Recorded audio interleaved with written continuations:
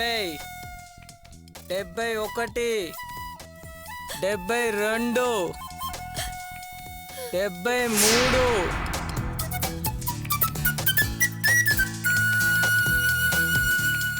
పగిలిపోతే balloon.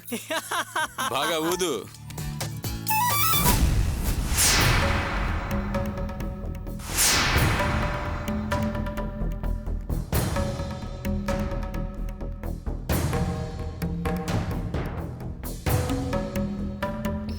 ఏంటి first ఇయరా?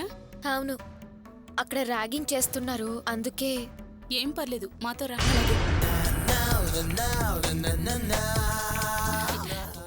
ఏ Praveen, first year student రా. మీకు గుడ్ మార్నింగ్ చెప్పకుండా వెళ్ళిపోతుంది చూడు. ఏంటిది? డోంట్ వరీ, మన ఫ్రెండ్సే. నీకు సీనియర్స్. ఏదో కొత్తలో సరదా, తర్వాత మామూలే. ఏయ్ ఇలా రా. పిలిచేది నిన్నే, రాయిలా. వెళ్ళు.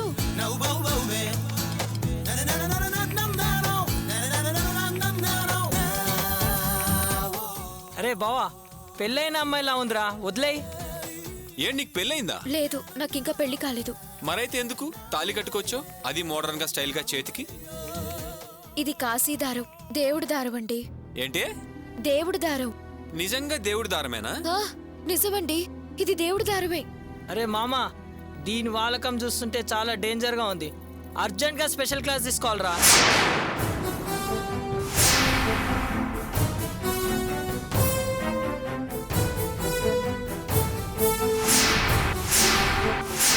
అయ్యో, ఇది సీనియర్స్ చేతిలో బుక్ అయినట్టుందే. అన్నా అన్నా, ఇది కాలేజీ కొత్త. అదేమన్నా తప్పు చేస్తే క్షమించండి అన్నా.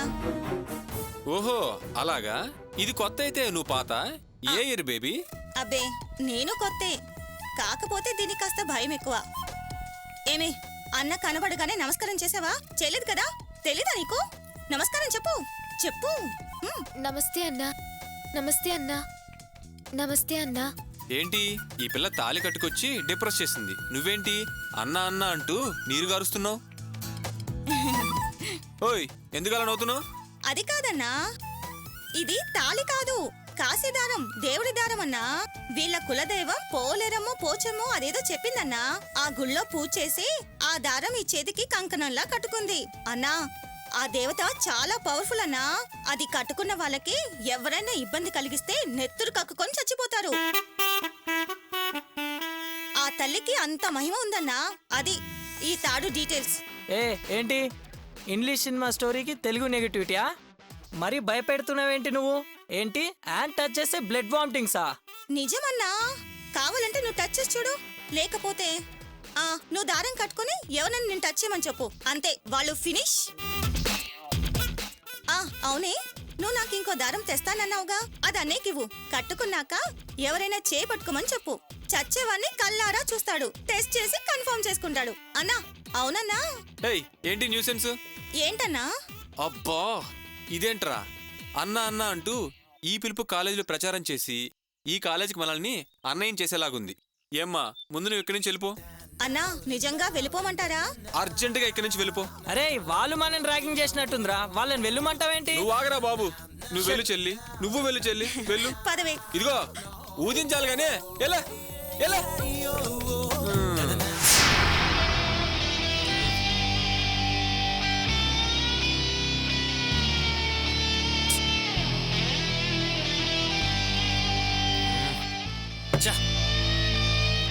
ఏవిట్రా, ఇందాక నుంచి ఎవరికి ఫోన్ ట్రై చేస్తున్నావు? ఎందుకంత చిరాగ్గా ఉన్నావు?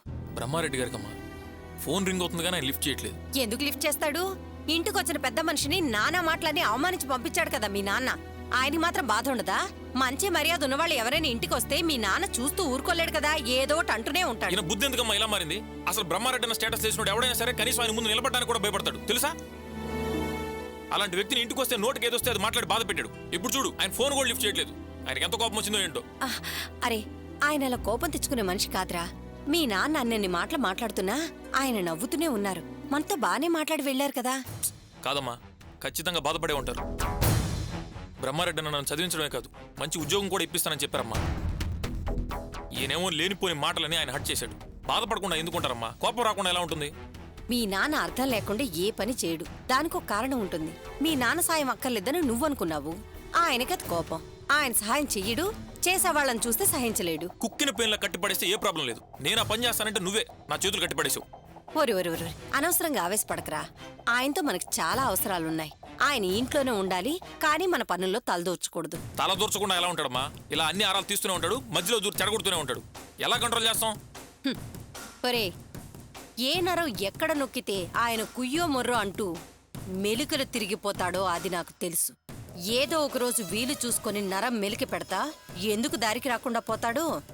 ఆయన ప్రాణం పోతుందన్నా లెక్క చేయడు గాని ఆ శ్రావణికి చీమ కుట్టిందన్నా ఆయన తట్టుకోలేడు. అక్కడ నొక్కి ఇక్కడ కేక వేయిస్తాను చూడు. ఓ అదే మ్యాటరు. అయితే నాకు వదిలేయమ్మా. దాని ఇంటికి వెళ్ళి దాన్ని పుడిచిపారు దుప్పుతాను. ఒరే, దాని ఇల్లు ఎక్కడో నీకు తెలుసా? నాకు తెలీదమ్మా. నీకేమన్నా తెలుసా? అయ్యో, నాకే దాని ఇల్లు తెలిస్తే ఆ సుబ్బిగాడి తల్లిని అక్కడికే పంపించి రచ్చరచ్చ చేసుండేదాన్ని. మొదట దాని ఇల్లు ఎక్కడుందో కనుక్కో. ఆ తర్వాత సుబ్బిగాడి తల్లిని అక్కడికి పంపించి ఆ మహాతల్లికి మనశ్శాంతి లేకుండా చేస్తా. దాంతో ఆయన ఇక్కడ తల్లడిల్లిపోవాలి. అమ్మా, మన లలితగా సుబ్రహ్మణ్యం వాళ్ళు ఇల్లు ఏమన్నా తెలిసేవాడు? అమ్మా అమ్మా ఆహ్, ఏమ్మా కాలేజీకి వెళ్తున్నావా? కడుపు నిండా తిన్నావా? తిన్నానమ్మా. అడగడం మర్చిపోయానే. నాకు మీ అక్క కంటే ఏదో సరిపోదు, అందుకని వెళ్ళలేకపోయాను. కనీసం నువ్వేనా వెళ్ళి చూసి రావచ్చుగా అది ఎలా ఉందో ఏమిటో. అదేంటమ్మా, నువ్వే కదా అక్కతో మాట్లాడొద్దన్నావు. ఇప్పుడేంటి ఇలా అంటున్నావు? నాన్నేమో నన్ను అక్క దగ్గర తీసుకెళ్ళమంటే తీసుకెళ్ళలేదు. అసలు అక్క ఎక్కడుందో నాకు తెలియదు కదా, ఎలా వెళ్ళమంటావు? తెలీదా? సర్లే, కాలేజీకి వెళ్ళు. ఏంటి అలా నిలబడి చూస్తున్నావు? మా మొహాల్లో ఏమైనా నీకు సినిమా కనబడుతుందా? వెళ్ళా.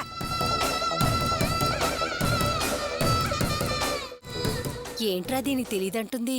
దీనికి తెలుసమ్మా. దాన్ని కాపాడడానికి ఇది అబద్ధం ఆడుతుంది. ఆడనిరా, ఎవరు ఎన్ని అబద్ధాలు ఆడతారో ఆడని. నేనే డిటెక్టివ్ అవతారం ఎత్తి అది ఎక్కడుందో కనుక్కొని తీరుతాను. అవసరమైతే ఆయన కాళ్ళు పట్టుకునైనా ఒప్పిస్తాను. నేను ఆడబోయే నాటకాన్ని చూసి నువ్వు కోపం తెచ్చుకోవద్దు. ఆడిస్తాన్రా, చూస్తూ ఉండి ఆడిస్తాను. సరే అమ్మా.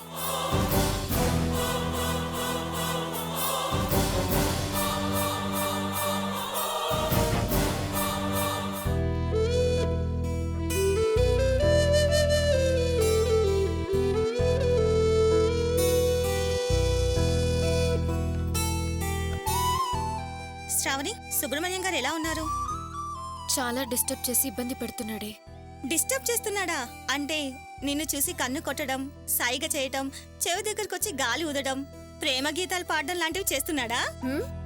ఏం లేదే, మనం ఒకరికొకరు ఏ విషయంలోనూ కలవని చెప్పేశాను. అతనేమో అర్థం చేసుకోవడం లేదు. నేను గుడికెళ్ళి పూజ చేస్తే అతని మీద ప్రేమతో అతని కోసమే నేను దేవుడికి పూజ చేయించానన్నాడు. ఆ విషయంలో ఏదేదో మాట్లాడాడు. నానమ్మ కూడా అతనితో కలిసి అర్థం లేకుండా మాట్లాడుతోంది. అతనేమో ఇంట్లో చేరి కట్టుకున్న పెళ్లాంతో పరాచకాలాడినట్టు ఆడుతున్నాడు. తిట్టాను, చీకొట్టాను, అరిచినా సరే అతను మారలేదు. మారేట్టు లేడు. పైగా నువ్వే నా భార్యవి, ఎన్ని జన్మలకైనా నువ్వే భార్యగా రావాలి అంటూ ఏదేదో మాట్లాడుతున్నాడు. ఏంటి నువ్వనేది? నిన్ను పెళ్లి చేసుకుంటానంటున్నాడా? Thank God. Shravani, you are so లక్కీనే. నాకు ఈ మాట వినగానే చాలా సంతోషంగా ఉంది. ఏయ్, ఊరుకోవే. ఏంటి నీ మాటలు? అతను మాట్లాడినట్టే మాట్లాడుతున్నా? నీకు తప్పనిపించడం లేదా? నేనే అనవసరంగా ఆ రోజు బయటపడ్డాను. నేను ప్రేమిస్తున్నానని చెప్పాను. ఇంకంతే. అప్పటినుంచి నా వెంట పడుతున్నాడు. నన్ను కావాలనుకుంటున్నాడు. నా కోసం నిశ్చితార్థం చేసుకున్న అమ్మాయిని పెళ్లి చేసుకోలేని పరిస్థితిలో ఉన్నాడు. అసలు అతనికి సమస్యలన్నీ నా మూలంగానే. చాలా పాపం చేశాను. క్షమాపణలు అడగడం బెటర్ అనిపిస్తోంది. నిజమేనే, నేను తప్పుగానే అనుకున్నాను. నేను కూడా అతనికి క్షమాపణ చెప్పాలి. అవునే, నిన్ను ప్రేమిస్తున్నానని చెప్పి వేరే అమ్మాయిని పెళ్లి చేసుకుంటున్నాడని తెలిసి చాలా కోపం వచ్చింది. ఆ పెళ్లి ఆపి మీకు పెళ్లి జరిపించాలని ఆలోచించాను. అసలు అప్పుడు ఎలాంటి పరిస్థితుల్లో ఉన్నాడో కూడా ఆలోచించలేదు. ఓ పక్క తను ప్రేమించిన అమ్మాయి, మరో పక్క నిశ్చయించుకున్న అమ్మాయి. ఎవరికి న్యాయం చేయాలనే కన్ఫ్యూజన్లో ఉన్నట్టున్నాడు. నేనే మిస్అండర్స్టాండ్ చేసుకున్నాను. అందుకే క్షమించమని అడగాలి. ఇన్ని సమస్యలు ఉండి కూడా నిన్ను పెళ్లి చేసుకోవాలనే డిసిషన్ తీసుకున్నాడే, అందుకు థ్యాంక్స్ చెప్పాలి. ఏంటి థ్యాంక్స్ చెప్పేది? అతను నన్ను పెళ్లి చేసుకోవడం చాలా తప్పు. అలా చేస్తే ఆ అమ్మాయి జీతం ఏం కావాలి? అటు సైడ్ ఆలోచించవా నువ్వు? ఆ అమ్మాయికి ద్రోహం చేయడం సెల్ఫిష్నెస్ అవుతుంది. ఇంకో అమ్మాయి ఎవరా ఇంకో అమ్మాయి? అసలు అమ్మాయి నీకు తెలుసా? సుబ్రహ్మణ్యం గారితో నిశ్చితార్థమైన అమ్మాయి, అంతే కదా? మనం ఏమైనా చూసామా? మనకేమైనా తెలుసా? ఆమె పేరు, ఊరు వివరాలు కూడా మనకు సరిగ్గా తెలియవు. అలాంటి మనకి ఏమీ కాని అమ్మాయి కోసం నీ సంతోషాన్ని నువ్వెందుకు దూరం చేసుకోవాలి? అనవసరపు త్యాగం చేసి ప్రేమనెందుకు చంపుకోవాలి? మొహం తెలియకపోవచ్చు కానీ ద్రోహం చేస్తున్నామని తెలుసు కదా, అది పాపం కదా. మన సంతోషం కోసం ఆమెకి దుఃఖం మిగిల్చడం అన్యాయం. తను కలలు కంటోంది కదా, వాటిని చెరిపేయడం దుర్మార్గం. తన అని తలచిన దాన్ని కోరుకోవడం అధర్మం. పాపం, పుణ్యం, న్యాయం, అన్యాయం, మోసం, ద్రోహం అని ఏవో 4 పదాలు తెలుసు కదా అని మాట్లాడుకు. అసలు ఎవరికి ద్రోహం చేస్తున్నారే? నువ్వేం తెలిసి కావాలని ఆమె కాబోయే భర్తను కోరుకోవట్లేదు కదా, అడ్డుపడి లాక్కోవట్లేదు కదా. నిజంగా అయితే నువ్వు ప్రేమించిన మనిషిని ఆవిడ దక్కించుకోవాలని చూస్తుంది, పెళ్లి చేసుకోవాలనుకుంటుంది. న్యాయంగా ఆలోచిస్తే నీ సుబ్రహ్మణ్యాన్ని పెళ్లి చేసుకోవాలనుకోవటం తప్పు. అలాంటి పని చేస్తున్నందుకు తనే సిగ్గుపడాలి. ధర్మం తెలిసిందే అయితే నిజం తెలుసుకొని అతన్ని నీకు అప్పగించి క్షమించమని అడిగి వెళ్ళిపోవాలి. అండర్స్టాండ్? దీపా, ఆవేశపడ్డం కాదు, దానివల్ల లాభం లేదు. ఏ జన్మలో ఏం పాపం చేశాను, ఇప్పుడు ఇన్ని కష్టాలు అనుభవిస్తున్నాను. ఇంకా ఈ జన్మలో పాపం మూట కట్టుకోమంటావా? ఓహో, ఇలా త్యాగం చేసి పుణ్యం మూట కట్టుకొని పుణ్యాత్మురాలు అని పేరు సంపాదించాలనుకుంటున్నావా? ఓకే, అదే నీ నిర్ణయం అయితే ఇక సుబ్రహ్మణ్యం గారిని నీ మనసు నుంచి పూర్తిగా తుడిచేయి. ఆ పేరెత్తకు, అతని ప్రస్తావనే తేకు. ధర్మ ప్రచారకర్తగా మారు.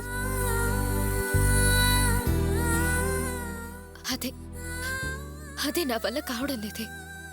సుబ్రహ్మణ్యాన్ని మర్చిపోలేకపోతున్నాను.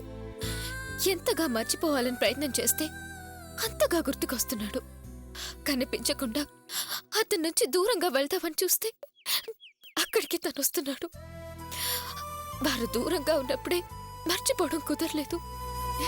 ఇప్పుడు ఒకే ఇంట్లో ఎదురెదురుగా ఉంటున్నాం. అస్సలు సాధ్యపడ్డం కావట్లేదే. ఇలా ఒకే చోట ప్రేమ పెరిగేటట్టుంది. అతను లేకుండా నేను ఉండలేనేమో అని భయం వేస్తోంది. ఎలా దీపా?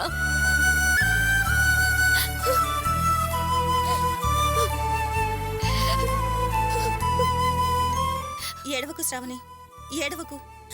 ముందు ఈ ఏడు పాపు, ఏడవద్దు. కాస్త ప్రశాంతంగా ఉండు. నేను చెప్పేది కాస్త విను. నీకిప్పుడు ఏం కావాలో, నీకేది మంచిదో నాకు తెలుసు. రా, సుబ్రహ్మణ్యం గారి దగ్గరికి వెళ్దాం. నీ మనసులో ఉన్నదేంటో చెప్పు. అప్పుడు అతను ఏం చేస్తాడో, ఏం చెప్తాడో వెయిట్ చేసి చూద్దాం. వద్దు దీపా, నా మనసులో ఎన్నో ఆశలున్నాయి, ఎన్నెన్నో కలలు కన్నాను. అందులో ఇదొక నెరవేరలేని కల. చెదిరిపోయిన ఊహ అని సరిపెట్టుకుంటాను. నా కోరికలు నాలోని సమాధి కాని ఈ సమస్య నాది. దాన్నెందుకు అతనితో చెప్పి ఇబ్బంది పెట్టడం? వద్దు దీపా, వదిలే. రా వెళ్దాం.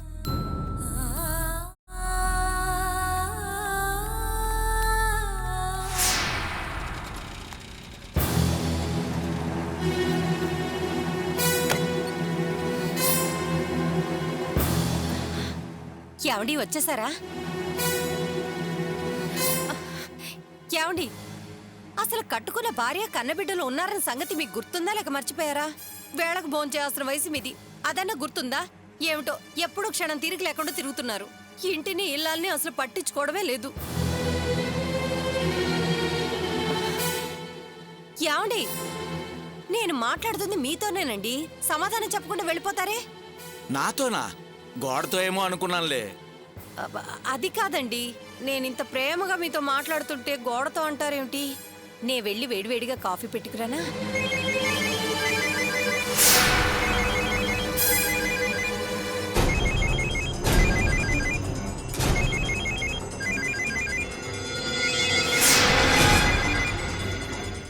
హలో, ఏమో మోహన్, బాగుండావా? బాగున్నావా? ఎవరు కావాలి? ఎవరు మాట్లాడేది? మోహన్ లేడా? సేమ నుంచి మీ అన్నయ్య గారు. బ్రహ్మారెడ్డి అన్నా, నువ్వు వేడివేడిగా కాఫీ పెట్టి తీసుకురానా అని అడిగావుగా, అది పట్టుకొచ్చి దీంట్లో పోయి వీడు తాగుతాడు. సిగ్గులేని వేధవలు. హలో, నమస్కారం అండి. మోహన్ బయటికెళ్ళాడు, రాగానే ఫోన్ చేయిస్తాను. ఏమీ అనుకోకండి. పర్వాలేదమ్మా. ఉంటాను. ఏమండి, మోహన్ కోసం వాడితో మాట్లాడొద్దని చెప్పాను కదా, అయినా వాడిని సహాయం అడగొద్దంటే వినిపించుకోరే. ఇప్పుడు కూడా మీరు ఫోన్లో మాట్లాడుతున్నారంటే ఏంటి దాని అర్థం? ఆయన ఫోన్ చేస్తే మేమేం చేసామండి? మా మీద అరుస్తారు ఎందుకు? కావాలంటే మోహన్ ఆయనకి ఫోన్ చేసి ఇంకెప్పుడు ఫోన్ చేయొద్దని చెప్తాడులేండి. ఏరా? అయినా మాకు ఆయన ముఖ్యమా ఏంటి? మీరేగా ముఖ్యం. మీరేం చెప్తే మేము అదే చేస్తాం. అతనితో మాట్లాడొద్దని మీకు ఎప్పుడో చెప్పాను. నేను చెప్పింది వినాలనే జ్ఞానం లేదా మీకు? ఎందుకండి మా మీద అలా విరుచుకుపడుతున్నారు? ఎప్పుడైనా మీ మాటకి మేము ఎదురు చెప్పావా? శ్రావణి ఇంట్లోంచి వెళ్ళిపోయిన దగ్గర నుంచి మా మీద కోపంగా ఉన్నారు. మీకు నచ్చినప్పుడు వస్తున్నారు, పోతున్నారు. ఎవరితో మాట ముచ్చట లేకుండా ఒంటరిగా ఉంటూ మీలో మీరే మదన పడిపోతూ మమ్మల్ని దూరంగా ఉంచుతున్నారు. శ్రావణి ఇంట్లో ఉండేటప్పుడు మీరెంతో సంతోషంగా ఉండేవారు. అది వెళుతూ వెళుతూ మీ సంతోషాన్ని కూడా మూటగట్టి తీసుకువెళ్ళినట్టుంది. వద్దండి, మీరు వెళ్ళి మీ అమ్మగారిని శ్రావణిని తీసుకురండి. మీ సంతోషం కన్నా మాకు కావాల్సింది ఇంకేమీ లేదు. వెళ్ళండి, వెళ్ళి తీసుకురండి.